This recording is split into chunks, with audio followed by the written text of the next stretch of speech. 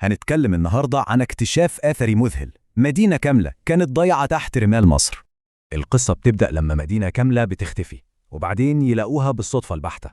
الحقيقة إن علماء الآثار كانوا بيدوروا على حاجة تانية خالص، وفجأة لقوا الأسوار دي. واكتشفوا إن اللي لقوه ده هو المدينة المفقودة أو صعود آترو. المدينة دي اتأسست في العصر الذهبي لمصر وبناها الفرعون أمنحتب الثالث. والمهم نعرف إن دي ما كانتش مجرد مكان عادي، دي كانت مركز حياة كامل. كانت من أكبر المدن الصناعية والإدارية في عصرها كله. وهنا بقى يبدأ اللغز. بالرغم من كل أهميتها دي، المدينة اتهجرت فجأة. يعني بعد سنين من الازدهار وبشكل غامض ومفاجئ بقت مهجورة تماما. ولحد النهاردة محدش عارف إجابة سؤال ليه أكبر مدن الإمبراطورية دي تتساب. الهجر المفاجئ ده هو بالظبط السبب اللي خلاها تفضل محفوظة تحت الرمل. الرمل كان عامل زي كبسولة زمن وحافظ على المدينة بحالة شبه كاملة. وبسبب حالتها المذهلة دي خدت لقب جديد ومشهور جدا. دلوقتي بيسموها بومبي مصر، مدينة الزمن وقف عندها.